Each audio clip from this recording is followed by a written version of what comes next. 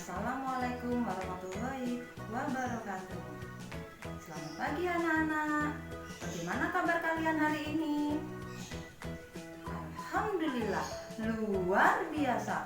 Allahu Akbar. Yes.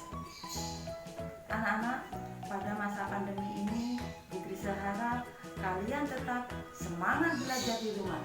Jangan lupa selalu berdoa agar pandemi ini segera berakhir dan kita bisa belajar bersama-sama lagi di sekolah.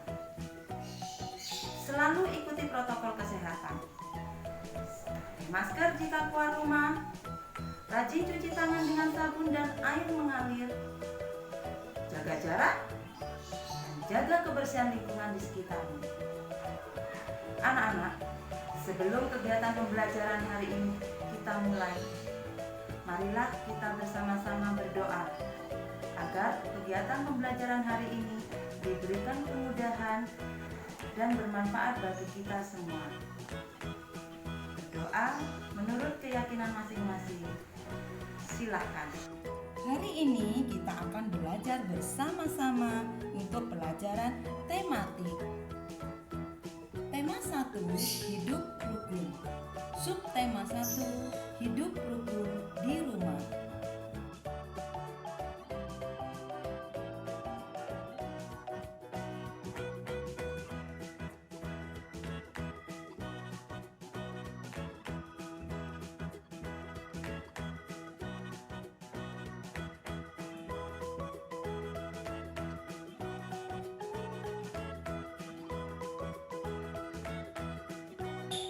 Coba perhatikan gambar berikut ini.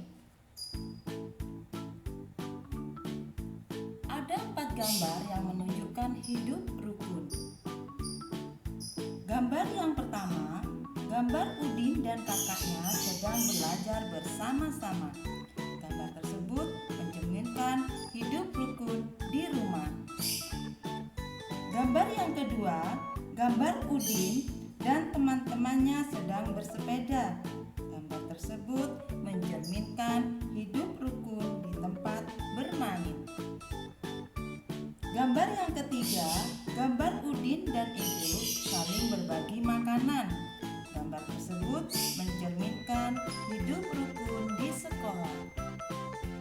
Gambar yang keempat, gambar gotong royong yang mencerminkan hidup rukun di masyarakat.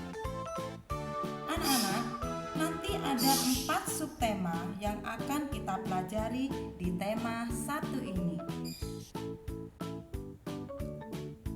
Mari kita simak pembelajaran subtema 1. Udin mempunyai kakak perempuan bernama Mutiara. Udin dan Mutiara selalu menjaga kerukunan di rumah. Simaklah teks cerita berikut ini. Ayah dan ibu menyayangi Mutiara dan Udin. Suatu hari, ayah membawakan buah tangan untuk Mutiara dan Udin. Mutiara mendapat buku cerita. Udin mendapatkan mainan. Mutiara dan Udin berterima kasih kepada ayah dan ibu. Mutiara dan Udin tidak saling berebut oleh-oleh.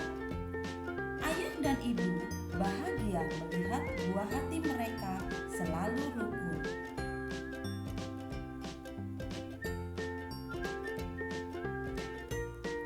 Adakah kata yang kalian tidak tahu artinya dari bacaan tadi? Ada kata buah tangan dan buah hati. Buah adalah hasil tanaman yang kita makan. Contohnya buah mangga, buah apel, buah jeruk, dan lain-lain. Tangan adalah salah satu anggota tubuh kita. Sedangkan hati adalah salah satu organ yang ada di dalam tubuh kita. Tapi maksudnya bukan itu anak-anak. Buah tangan dan buah hati di sini adalah ungkapan. Buah tangan artinya oleh-oleh. Buah hati artinya anak.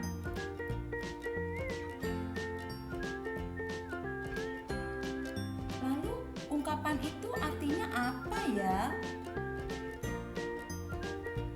Ungkapan adalah gabungan kata yang memiliki arti berbeda dengan kata asalnya atau memiliki arti khusus. Kalimat yang memuat ungkapan. 1. Suatu hari ayah membawa buah tangan untuk Mutiara dan Udin. Artinya, suatu hari ayah membawa oleh-oleh untuk Mutiara dan Udin.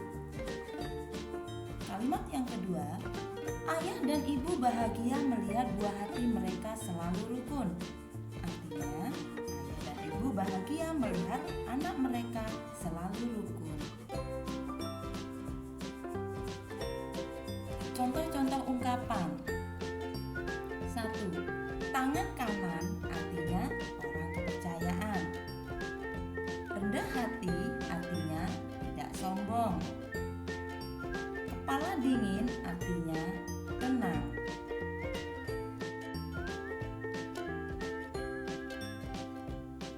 Mutiara menyimpan buku hadiah dari ayahnya di rak buku.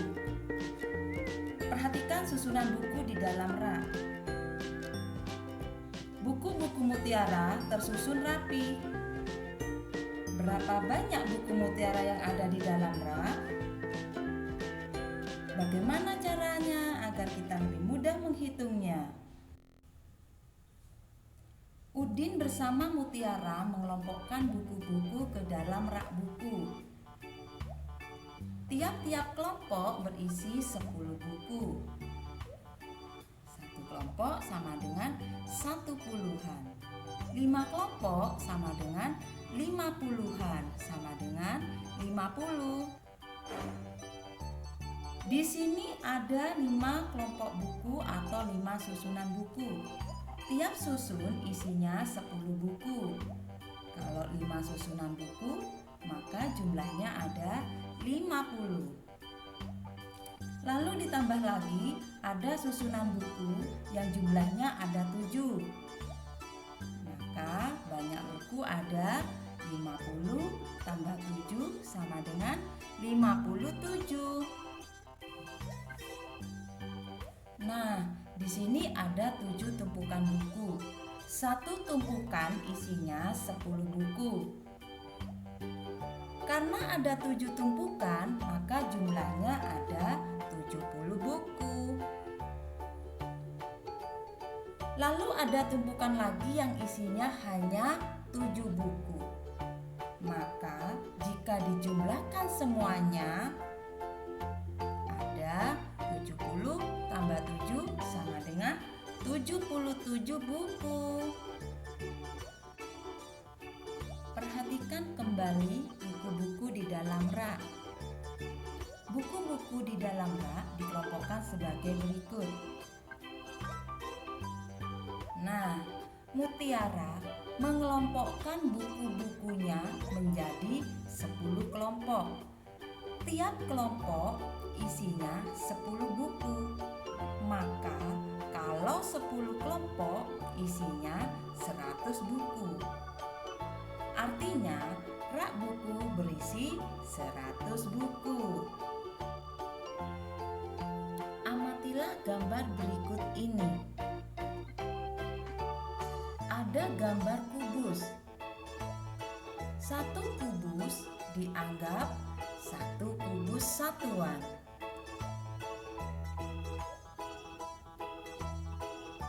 Kubus satuan berjumlah 10 digambarkan menjadi satu kubus puluhan.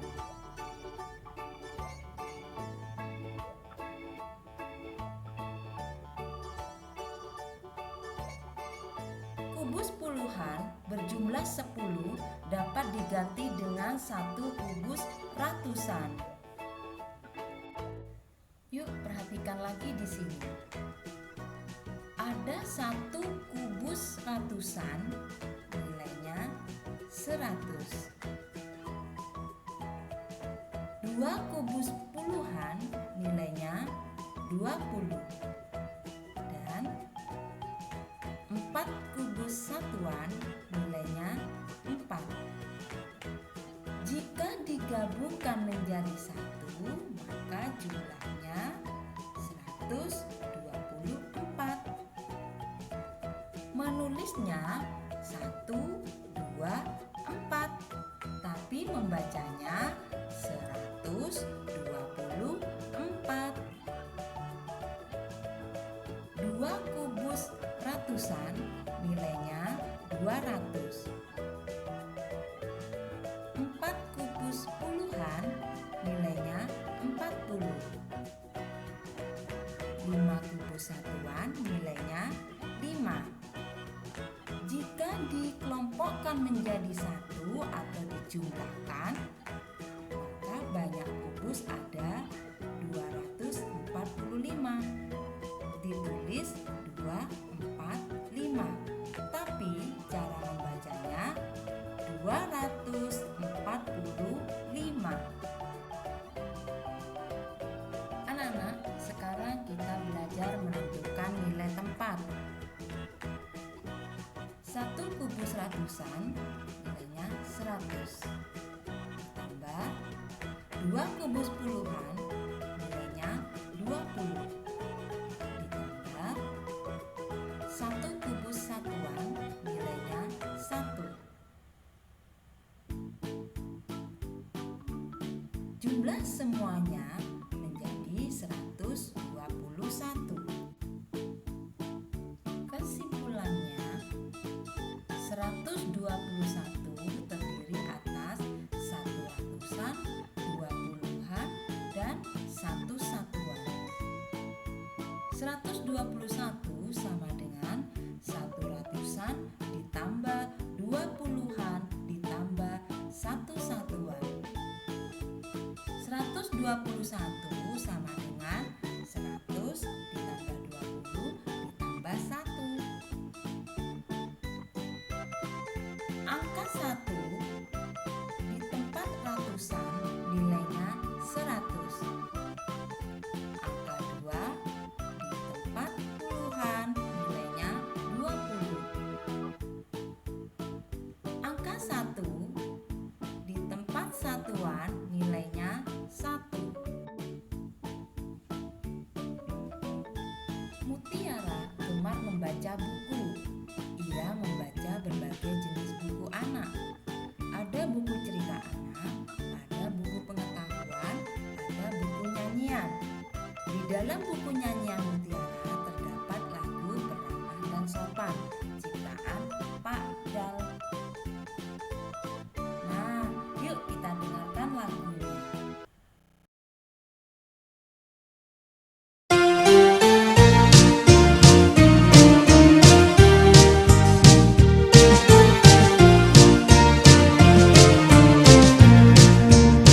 Bukan yang congkak, bukan yang sombong.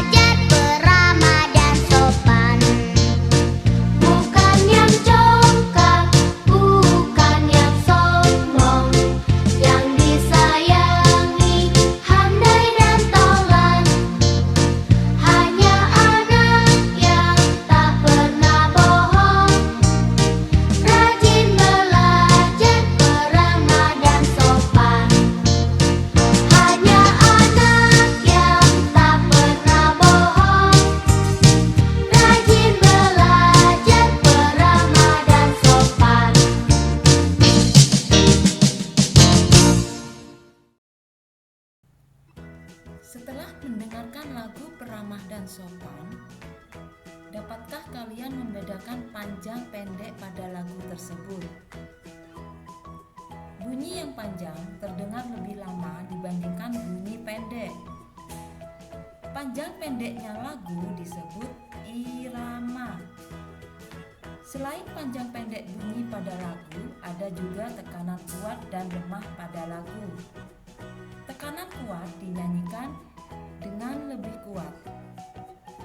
Kuat lemah bunyi dalam lagu disebut birama. Birama merupakan jumlah ketukan dalam satu ruas. Birama lagu ada 4 macam, yaitu 4/4, 3/4, 2/4, dan 6/8. Mutiara membaca buku yang dibelikan ayahnya. Perhatikan sampul bukunya. Ini adalah buku Mutiara yang dibelikan ayahnya. Pada sampul buku Mutiara terdapat gambar burung Garuda. Pernahkah kalian melihatnya?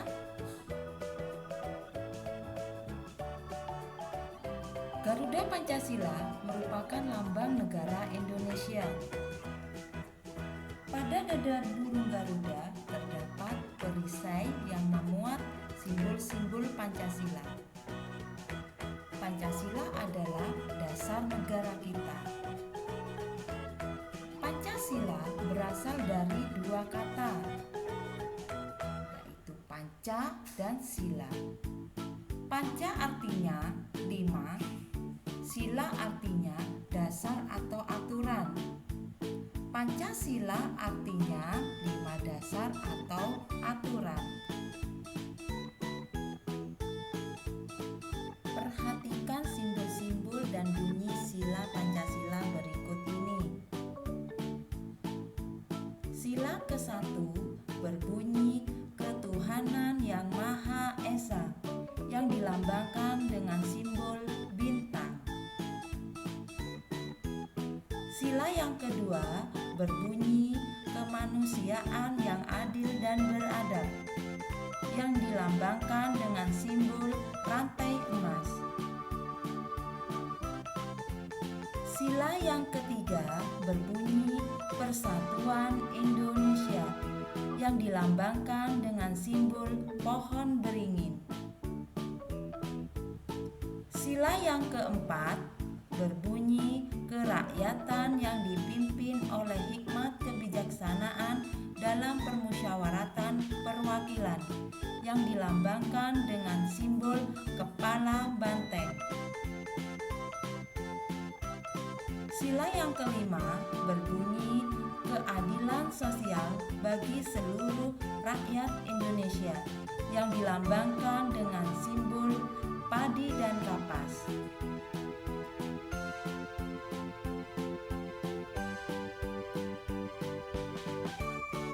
Pancasila merupakan pedoman hidup bangsa Indonesia. Kita harus mengamalkan sila-sila Pancasila dalam kehidupan sehari-hari dan di mana saja, seperti di lingkungan rumah, sekolah, dan masyarakat. Contoh penerapan sila-sila Pancasila di rumah. Contoh penerapan sila ke-1. Contoh penerapan sila ke-1 ini berhubungan dengan kegiatan keagamaan kita, yaitu kegiatan yang berhubungan dengan Tuhan. Contohnya, mengaji, sholat atau beribadah, berdoa sebelum makan. Contoh penerapan sila kedua: membantu kakak yang jatuh dari sepeda, membantu adik belajar, menemani adik bermain. Kita semua dalam keluarga harus saling menyayangi. Contoh penerapan penerapan sila ketiga. Bekerja sama membersihkan rumah, membantu ibu memasak, bersama-sama merawat tanaman. Contoh penerapan sila keempat: bermusyawarah dalam keluarga, misalnya menentukan tempat wisata.